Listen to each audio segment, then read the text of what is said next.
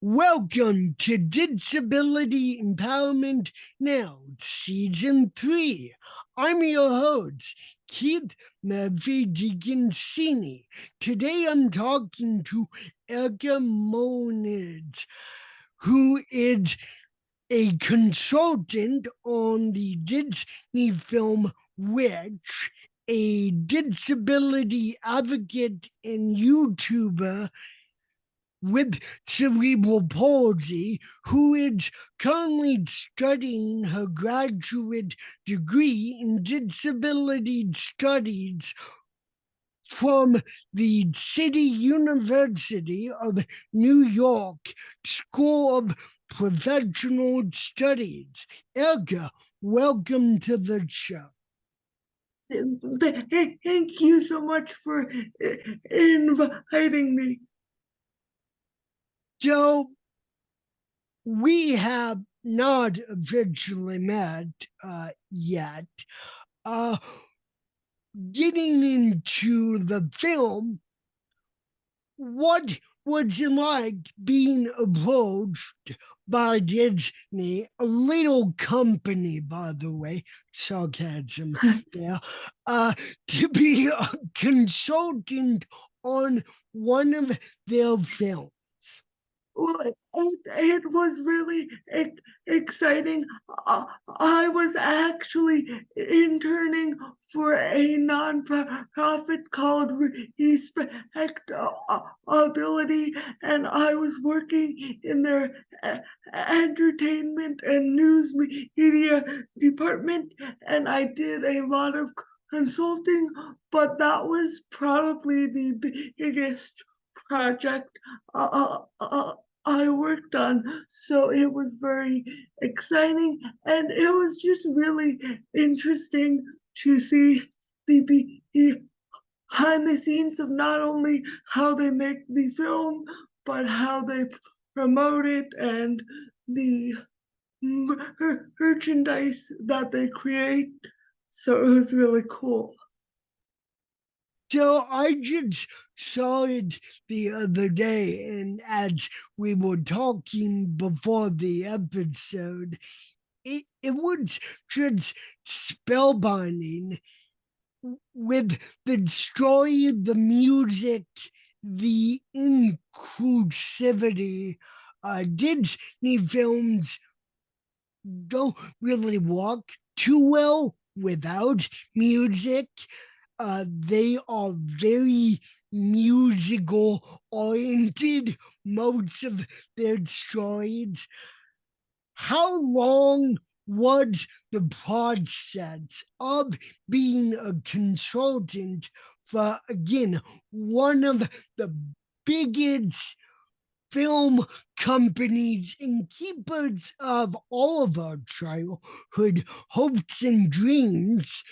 And what did you take away from the experience?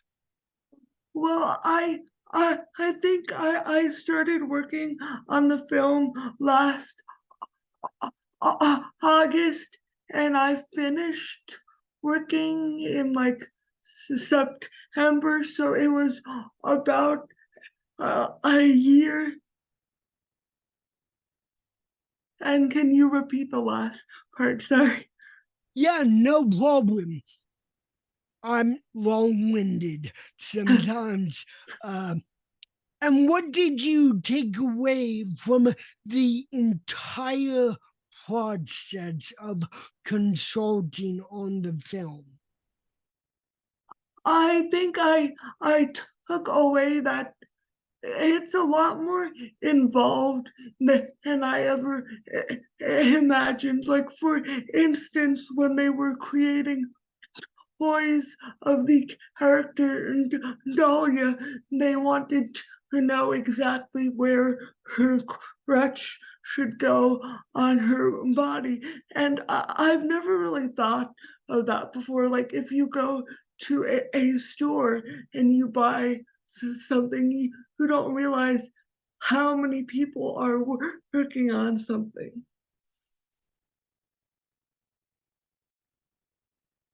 In your own words, what's the overall empowering message of the film? I think probably the biggest message of the film is that we are all interconnected and that it is important to work together and not just be like a lone wolf just going through the world. We are way more powerful when we work with other people instead of competing with them. That's beautiful.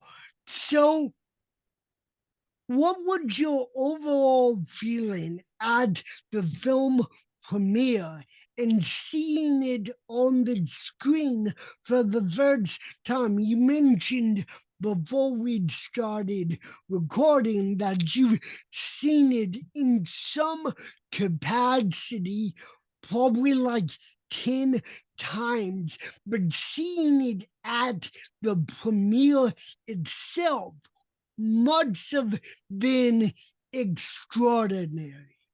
Yes, they actually invited me to the premiere like probably like 4 days before the premiere. So it was I got a very last minute invite, but I was so excited, and I just remember being very nervous because I'd never been to a Hollywood premiere before, and there were all these like big executives and producers, and I was like, this is wild. And it was also wild to see it for the first time because even though I had seen it before, I didn't see the finished product. So I was used to seeing scenes that were just sketched out but not fully created yet.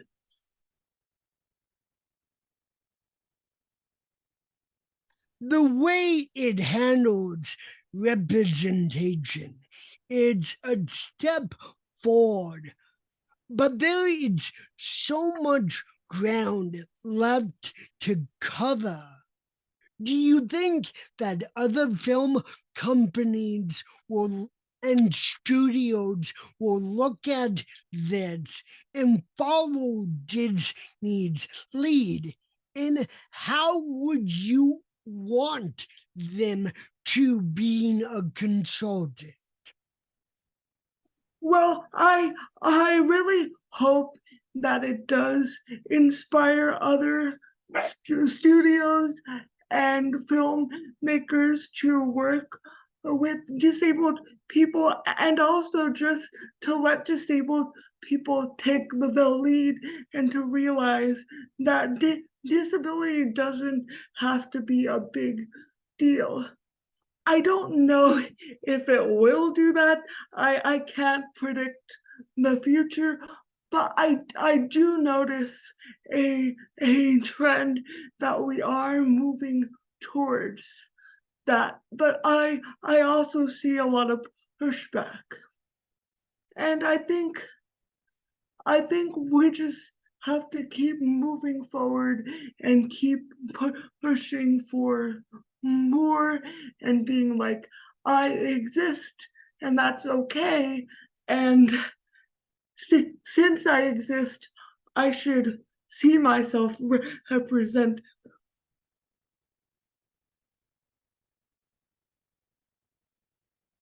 And did that answer the question? Yes, Okay. yes. The captions are often getting in the way of the mute unmute button, Oh, uh, yeah.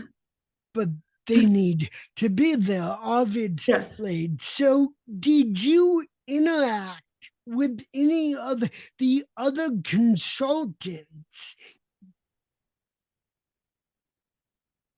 Yes, I interacted with a young woman named Maddie Ullman, and she also has cerebral Halsey, and then we also met for the first time in person at the premiere. We had been working together for like a year at that point, and even while we weren't working together, we would talk sometimes. So it was wild to finally meet her in person when, and we had already formed a friendship. So, did you visit the set or meet any of the stars at the premiere? I actually did not, because the actor strike just ended that night, so they couldn't get the actors there in time. But I did friend the woman who voiced Alia on Facebook, and I am thinking of reaching out to her and just talking to her about it, because it is surreal to know the woman who brought Dahlia to life when I worked on her for so long. Because it's Disney, I have to ask a few Disney related generic questions. Like, what's your favorite Disney movie and character and why? Would it be cheating if I said Dahlia from Wish? No, no, it would not be cheating at all. I just think I have a special place in my heart for Dahlia, and also I I like that they never actually bring up her disability. Of course, I think it is important to have films where they discuss a person's disability, but I don't think her disability played a role in this particular film. So it was cool to just see a disabled character just being another character. And at times during the movie, she took the lead, because if you know some of the lore of the movie Wish, they tried to put Easter eggs of all the other Disney films. That that they did, and your point is very well taken because watching the movie in the theater, I, I couldn't really spot or identify the disability or the disabled character in until well into the film because it wasn't really highlighted, but it was just there. And Yeah. that was important to see. Now, this film is animated and it has a wonderful soundtrack. Is there any particular song in the movie that is your favorite?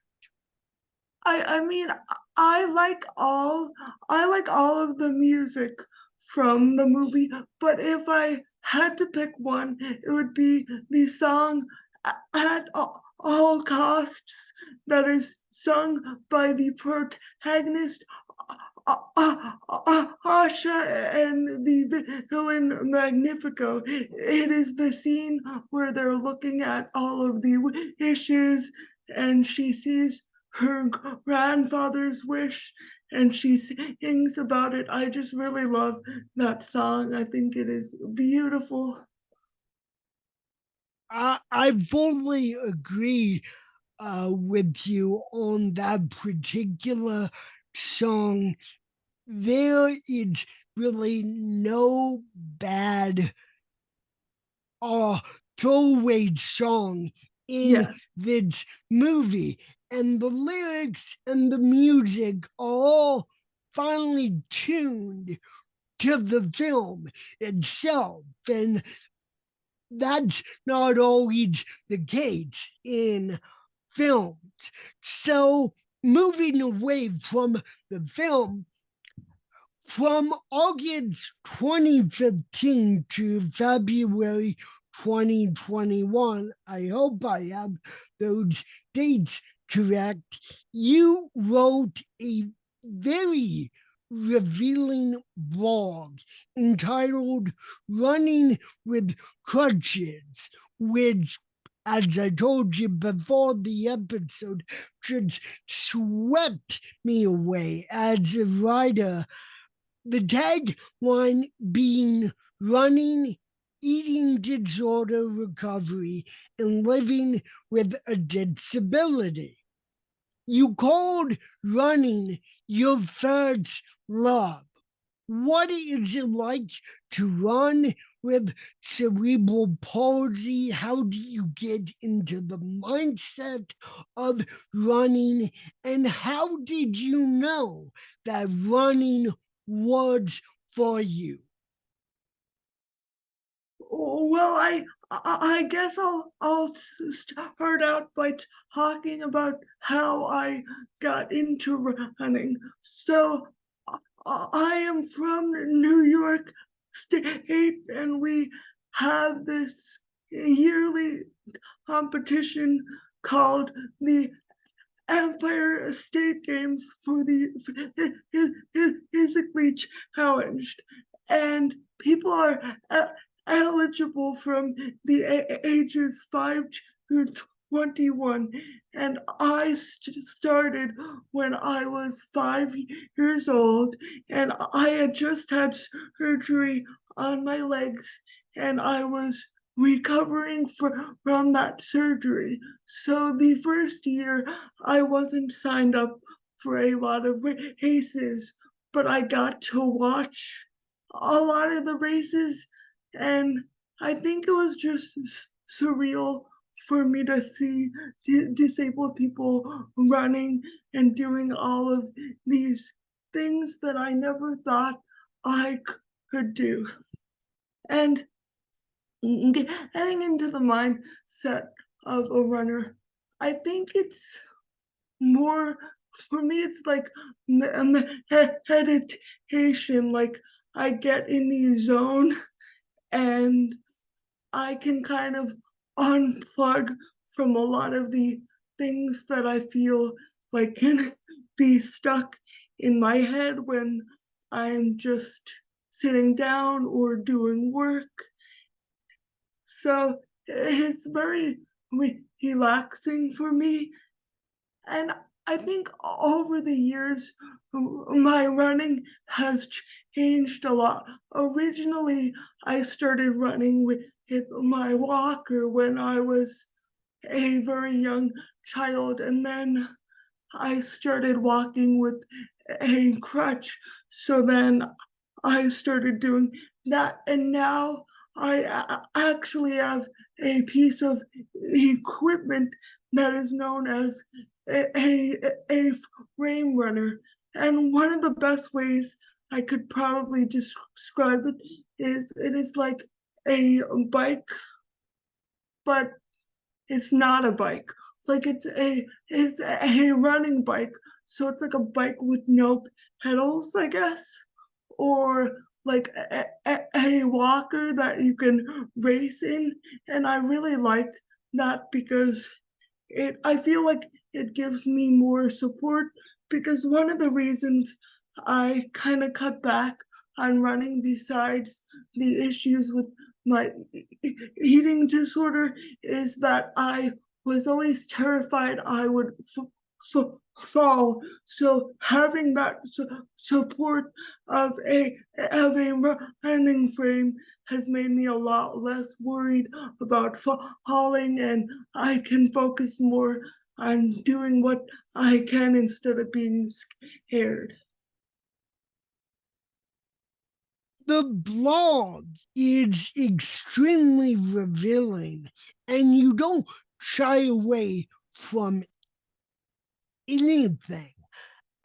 That's one of the most incredible things about it is that it is so unflinchingly honest all of the time. As a writer and as a person who was going through those lives experiences described, what was the process like of being that vulnerable over several years? And what was the genesis behind the blog? But my dog is barking, so I may have to wait 1 minute for people to pass by, and then I'll answer Yeah, the question. no problem.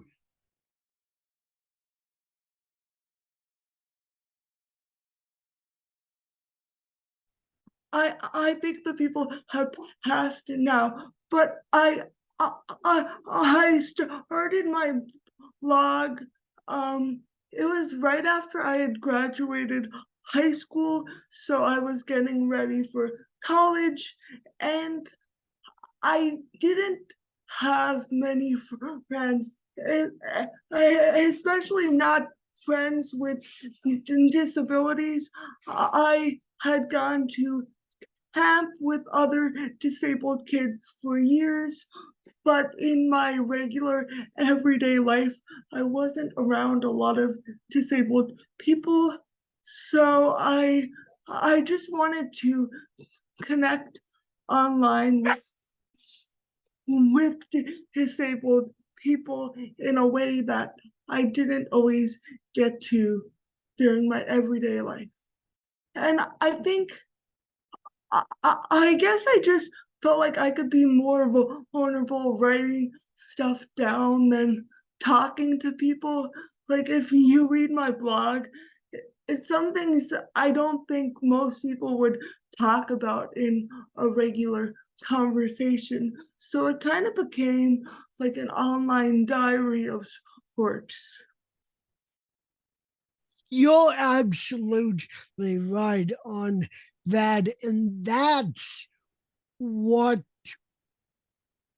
what pulled me in so much is that I got to walk through your entire lifespan and I got to hear it in your own voice. And this is the first time I'm actually hearing your voice. I was just, as a writer, I was just hooked to the page, to the screen. The last blog post was in 2021. Is it done? And if so, what are the major takeaways from the entire piece of work? I mean, I'm not sure if it's done. I may pick it up again at some point, but the last post coincided with when I began freelance writing, and then I was like, oh, I can make money off of this. So I think that's what happened. And then also in 2021, I started posting on YouTube, so that was a different medium for me to get my thoughts out. But I wouldn't say it's finished because I could pick it up tomorrow, and so never say never. But the biggest takeaway is that it's okay to be vulnerable. I feel like a lot of times it is very stigmatized to be vulnerable, especially online and in public, people say things like the internet is forever, so don't like post stuff. But the thing is we're all human beings. So I don't really agree with that because the the internet, as many bad things have come out of it, we can also connect with people that we would not be able to connect with if the internet wasn't there, and it can help people feel less alone. So I don't regret being vulnerable online. You absolutely shouldn't. That is the probably the most that the greatest thing that I will take away from reading, and I read it all the way through in one go. I was just like, this is too incredible of a story to let go of. I need to find out what happens next. So, as a fellow writer, you totally hooked me in. What do you hope other people take away from the blog, regardless if they have disabilities or if they don't? I mean, it's hard for me to pick one thing, so I may pick a few things, but the first takeaway I want people to get from it is that disabled people are people. We want respect, we want love, we want to be able to pursue our passions. We're not some like object for non-disabled people to admire and to feel better about their own lives. And the second takeaway was that back in, it might have been 2015 when I started the blog. But anyway, whenever I had started the blog, there wasn't a lot of talk about how disabled people, particularly people with physical disabilities, could struggle with body image and eating disorders. And now there's a lot more talk of it online. I see it a lot more now, but back then there wasn't. So I think another one of the takeaways I would want people to get from it is the link between disability and mental health. We often talk about mental health as under the umbrella of disability, and that is true, but also it's another intersection because you can have a physical disability and a mental health related disability. So I think that's another takeaway I would want people to get from it. What is adaptive fashion and how did you get involved with it? And for people who don't know what it is, why is it critical?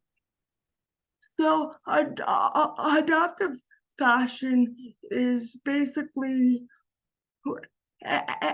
any type of piece of clothing that would make it easier for somebody with some sort of disability to get dressed. So an example of this may be if it's like a button-up work shirt, it could have Velcro. It may be fake buttons and have Velcro so that somebody with dexterity issues can have an easier time well, not buttoning it up because you're not, but with putting it on and taking it off. And I first got involved with it. I was an ambassador for a women's clothing brand called Harry, and then from there, I modeled for the Runway of Dreams, which is a fashion show for disabled people. And the reason adaptive fashion is important is because, well, we all wear clothes. So disabled people need to wear clothes too. And anything that can make people's lives easier is important. And it's also important to see disabled people represented in fashion. Like, I don't know if anybody saw, but that conservative political pundit Candace Owens went on a rant about how Kim Kardashian's lingerie company featured a model who used a wheelchair. And I think anybody who doesn't have a visible disability doesn't understand what it's like to not see yourself in advertisements. So it really does affect how you see yourself if you're not seeing people who look like you in the media. Very well said. You have had your work published in several publications, including the Progressive New Mobility, Well Plus Good, Rooted in Rights, Auto City Magazine, hope I'm pronouncing that right, and Pop Sugar. You are a staff writer for Cripple Magazine. How does it feel to be a published writer, and are there any book plans or book aspirations that you have? I have often described your blog as a very unflinching memoir. Is that in the works? It's not in the works, but it is definitely something I would consider. I had a professor during undergrad because I was majoring in writing. I had a professor that told me to save all of the essays I had written for her class because she said that it would make a good memoir if I continued it. So I did actually save it in a Google Doc so that I always have it. And I think I got into freelance writing because it was right when the pandemic had started and I had just graduated undergrad and I didn't have a job. So I wanted a way to not only make money, but to get myself out there because it was so hard to find a job. I felt like I could get my name out there, and having a recognizable name can help you get a job and just make connections. But it was very exciting when I got my first acceptance into a publication because before that I had submitted a lot of my writing to places and I either got rejected or I didn't hear back. So it was very exciting. When I first got accepted, I was like, oh my God, I'm finally published. Before we get into your graduate degree, you majored in creative writing and the classics in undergrad. What in what made you want to pursue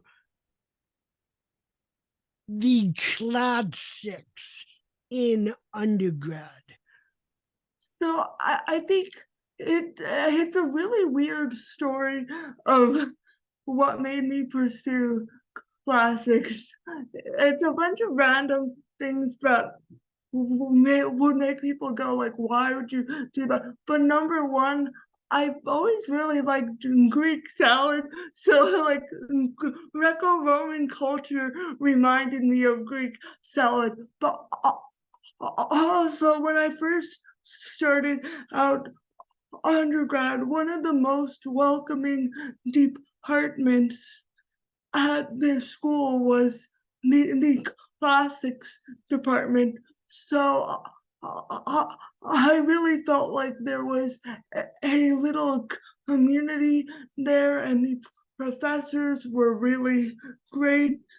And since it was such a small program, I feel like they got to know us as people and not just, oh, yeah, this is another classics student. Like, they really understood me as a person and they looked out for me. And if anything was going on in my personal life, I could talk to them.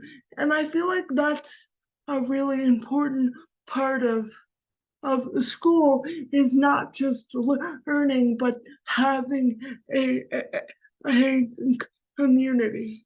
So that was how I got involved in the classics department.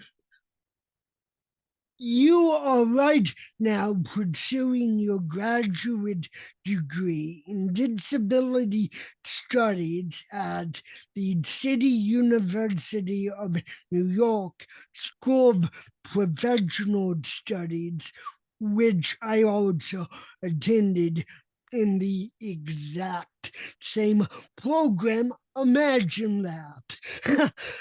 What do you hope to do with your degree once you get it? Well, one of my biggest goals in life is to be a screenwriter. And while I already consider myself a screenwriter, I have not yet had any of my work produced. But since I write a lot about disability, I thought it would be best to understand the tropes and stereotypes and things to steer clear of, but also to have a better grasp on what makes representation good. So that is why I wanted to do disability studies and not screenwriting, because I felt like I know how to write a screenplay. And while I have lived experience with disability, I wanted to know more beyond just myself. You mentioned that you're a screenwriter, and in your blog, you mentioned that you already have one, at least at the time, Yeah, one completed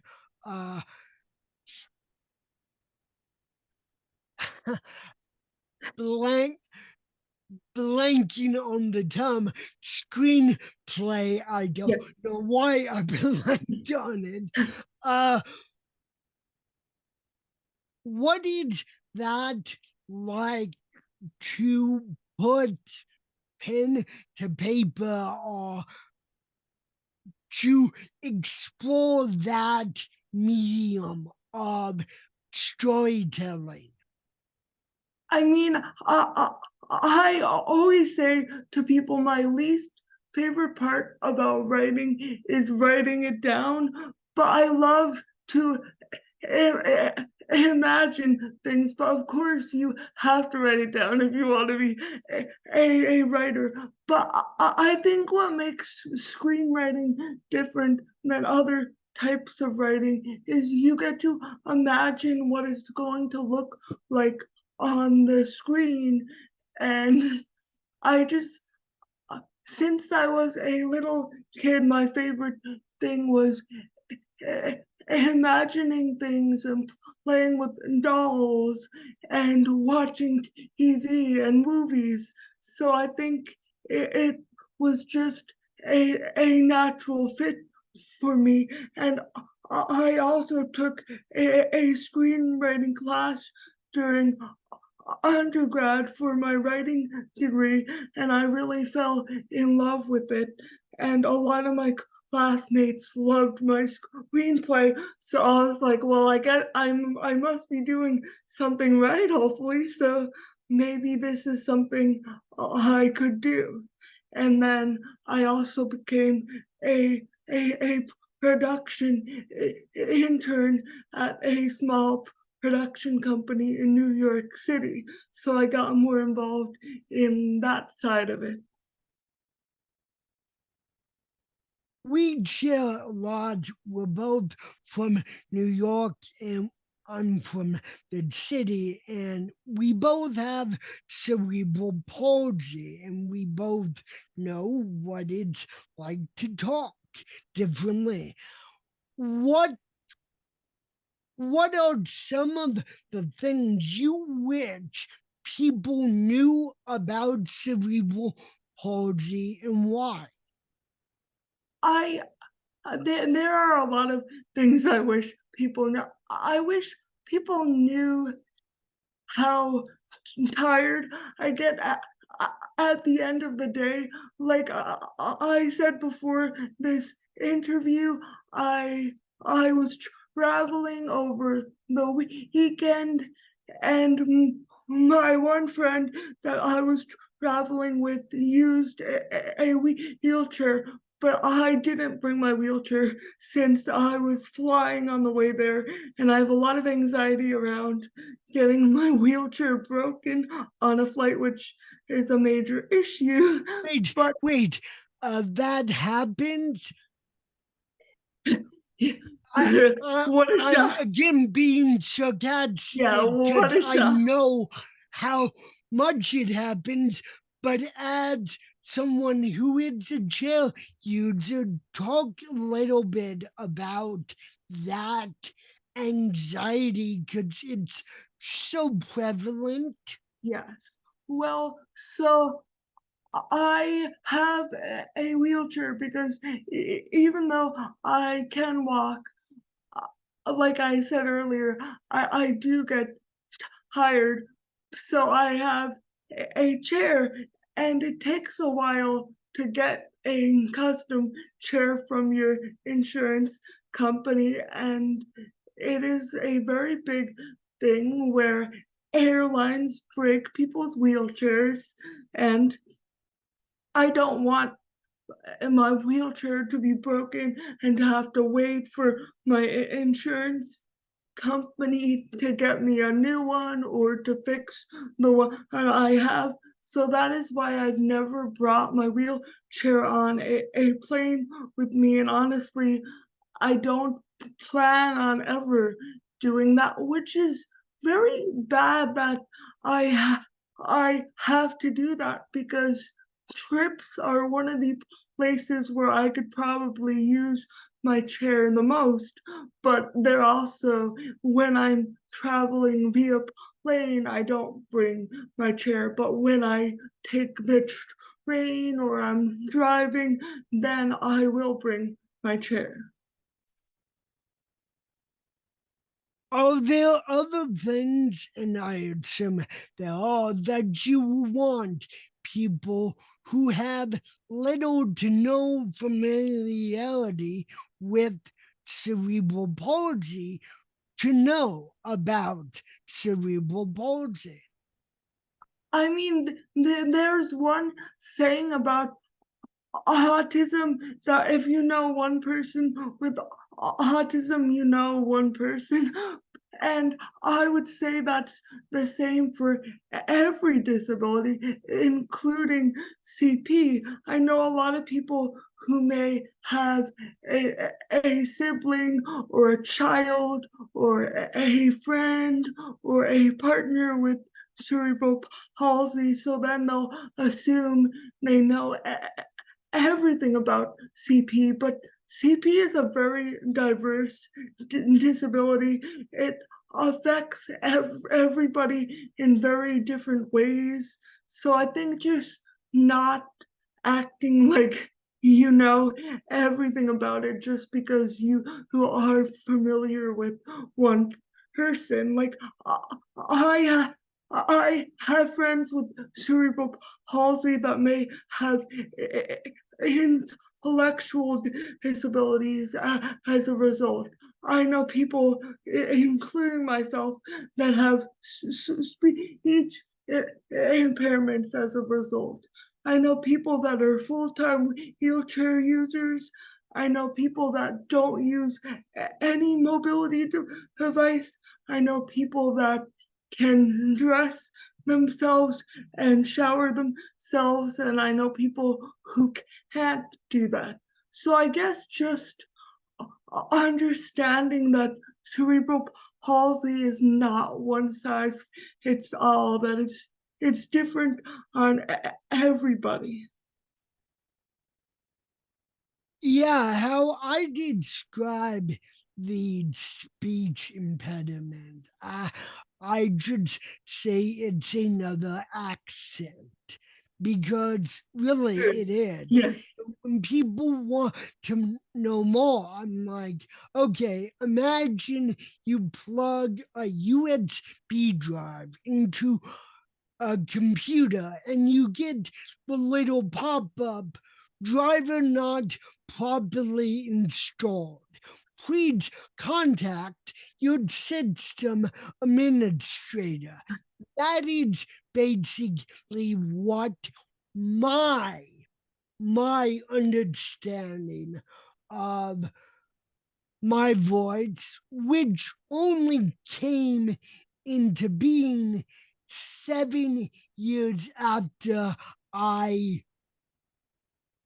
was born. I weighed 2 pounds 11 ounces and was born 3 months premature, and I didn't really vocalize until age 7. Everyone is very, very different, as yeah. you said. Yes, I started speaking when I was 2 years old, but even then, I didn't like speak as fluently or as much as other children. And actually, unlike most people I know with cerebral palsy, I was not premature, so I feel like I'm like a rarity in the CP community because most people I know were premature and I was not. So Wow. Well, uh, we could definitely talk at length about that because my brain's short circuiting trying to process what you just said. That's incredible. So, what's ableism? What's internalized ableism? And why is it so prevalent in the disability community? and there are many ways in which ableism can be defined, but the definition that I like most is that ableism is the discrimination or oppression of somebody based upon disability or perceived disability. So someone doesn't even have to necessarily be disabled to experience it, but if they're believed to, like, say somebody has a a birthmark on their face and somebody assumes that it is related to some sort of a disability, they can still face a- ableism. And internalized ableism is when you absorb that discrimination and oppression, and when you take it on yourself and you start to believe the lies that society tells you about disability and about your worth as a human being because of that. And ableism is very prevalent in society. Often people I know, especially non-disabled people, will say to me, "You think everything's ableist?" And I'm like, well, yes and no. I mean, ableism is so prevalent that everything is ableist, but also I'm not the girl who cried wolf. I don't say something's ableist just because I don't like it. I I really look at the whole picture and I'm like, okay, why is this being said or done? Does it have to do with disability? And if it does, most often it is ableism. I think that's why it's so important that we talk about it, especially in the disabled community, because there is a lot of infighting. And like I said, over the weekend, I went on a trip, and it was actually a trip for disabled women. And there were people with a lot of different types of disabilities, including people with intellectual disabilities. And I notice a lot in the disabled community how people with intellectual disabilities are treated terribly. And that is something that we really need to work on. So, is there a difference between ableism and imposter syndrome? Imposter syndrome, or are they intersectionally connected? I mean, they're definitely connected, and imposter syndrome can come as a result of ableism, and it often does. But there definitely is a difference, because a lot of people who don't experience ableism can experience imposter syndrome. And then I also know people who experience ableism who have never had imposter syndrome in their life, which I'm like, how? But good for you. If that's your story, then I'm very glad that you don't experience that. But yeah, there are people who experience ableism who don't have imposter syndrome. They're very lucky and very far and few between, but they do exist. You just mentioned that there's a lot of intellectualized ableism in the disability community directed at each other, and one that's probably the biggest shock to me, to see it so prevalent against each other, because we're all on the same side. I'm gonna Exactly. ask a very open-ended question. How do we heal the rifts? How do we begin to restore the bonds that we all want the same things? I don't have all of the answers at all, but I think what I would say is how we would heal that is how we would heal any type of rift in our society, and that is by being in community with people that are different than you, because when you know somebody who's different than you, a lot of times you can see differences, but also still see somebody's humanity.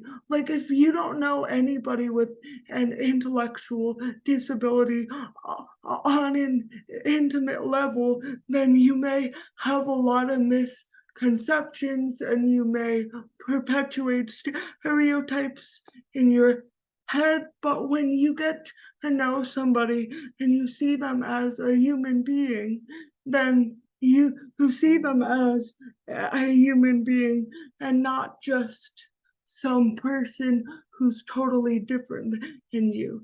I think that's probably the most important step in dealing with that is being in community with people and understanding that they're people.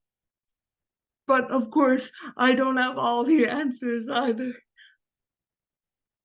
Very well said.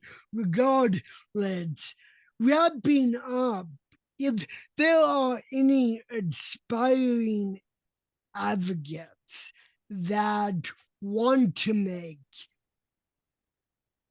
that advocacy their professional career, and I'm keeping in mind that you yourself are going to graduate school, so you're walking alongside them, so to speak.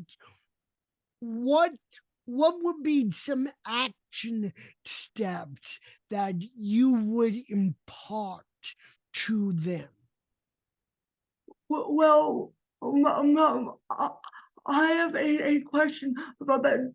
Do you mean what do I want them to do for themselves, or like what types of action do I want to see them like do, like what policies and stuff?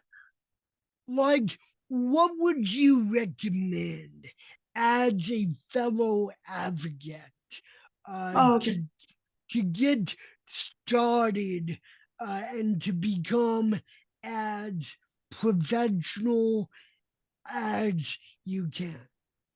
My first piece of advice for that would be to connect with other people already doing advocacy work, because you don't need to reinvent the wheel, and you also don't need to do things alone. And like the movie Wish tells us, we're better and stronger together. So when we connect with other people already doing that work, then we can be like, okay, you're doing this, and now I'm good at this, so maybe I can do this to help you accomplish this. I think that's one of the biggest things, but also just realizing that anything can be uh, advocacy. It doesn't have to be policy work. It can be writing a screenplay. It can be being an actor or being an athlete. Anybody can be an advocate, even if they're not necessarily in that profession. So I just think understanding that that there are many different ways to approach this, and your way doesn't have to look like somebody else's. I like to think that both people with disabilities and those who have yet to discover their own disabilities yet listen to this podcast, and it would be naive of me to think that both groups take away the same things from every episode. As my guest, what do you hope that people with disabilities take away from this episode?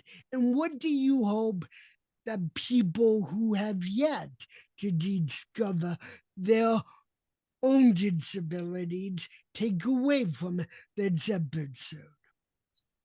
So for other disabled people, I hope that they can take away that you can do whatever you want to do, and that connecting with uh, others in the community is so vital, not just for the sake of the community, but for your mental health and for your identity. You feel so much better about yourself when you care about other disabled people. It's like the late activist Stacy Milburn said, I don't remember the exact quote, but it was something about how loving other disabled people allowed me to love myself. And I think that that is very true. And that is something I've experienced first hand, is that especially being around other people with CP has helped me feel less bad about my own CP, because I don't hate them in the way that I grew up hating myself. So it really helped me see myself as a human being. And for people who aren't disabled yet or don't realize they're disabled, I just think realizing that disability is not the end of the world, and that it's just a part of the human experience. And many of us, if not all of us, will experience some type of disability in our lives. So just be prepared for that, and don't treat disabled people badly, because it could be you one day. Karma might get you. So Well, Erica, I could easily talk to you for hours. We have a lot in common, and I have enjoyed this episode immensely. I hope we do cross paths one day as writers and advocates. I'm I sure hope we will. Thank you. I hope you continue to write and continue to run, because both are so imperative Yes. in your life, but in the lives of advocates around you.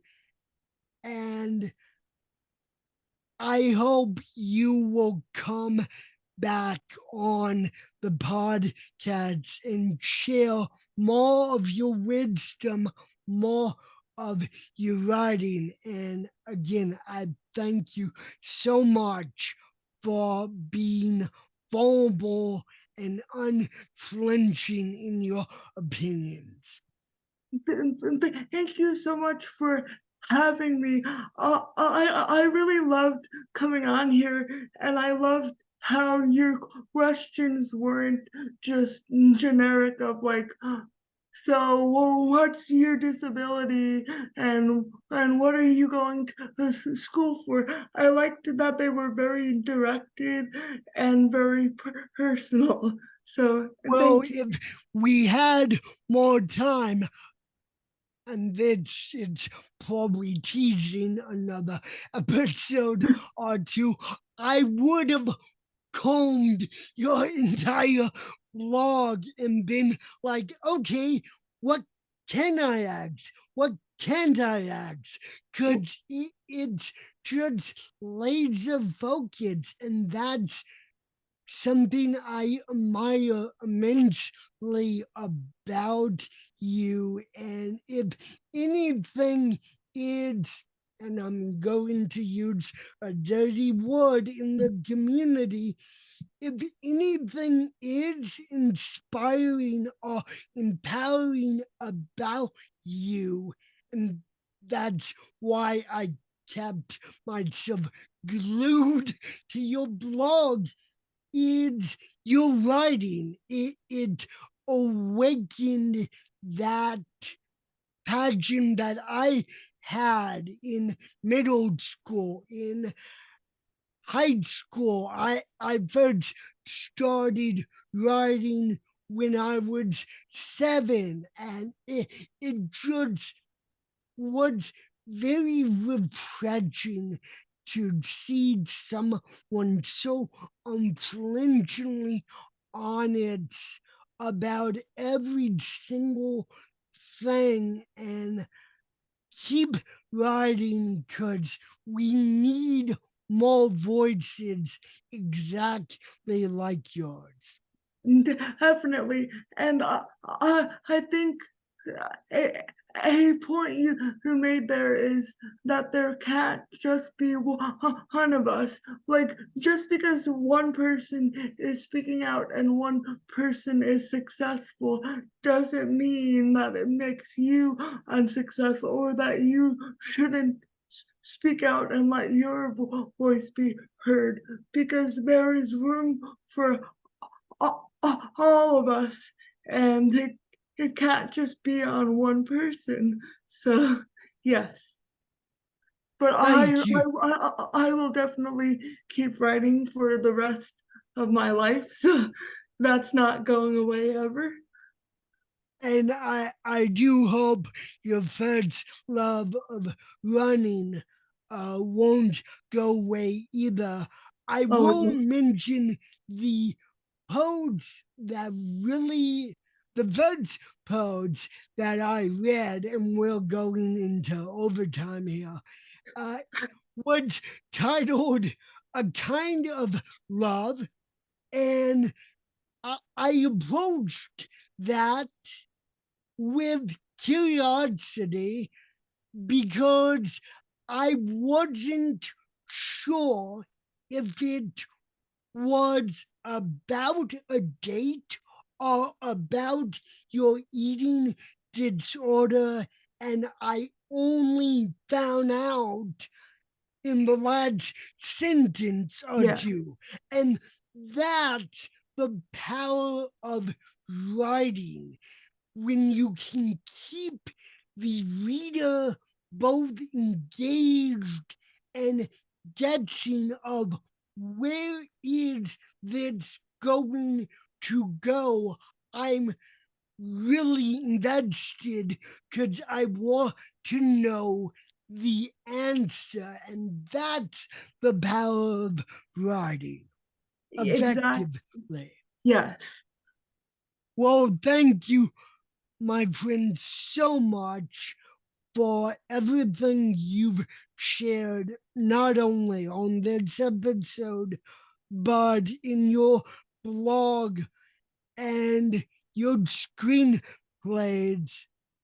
And I look forward to continuing to get to know you for many, many years to come. and thank you so much for inviting me, and I will definitely come back if you will have me back. So yeah. Absolutely.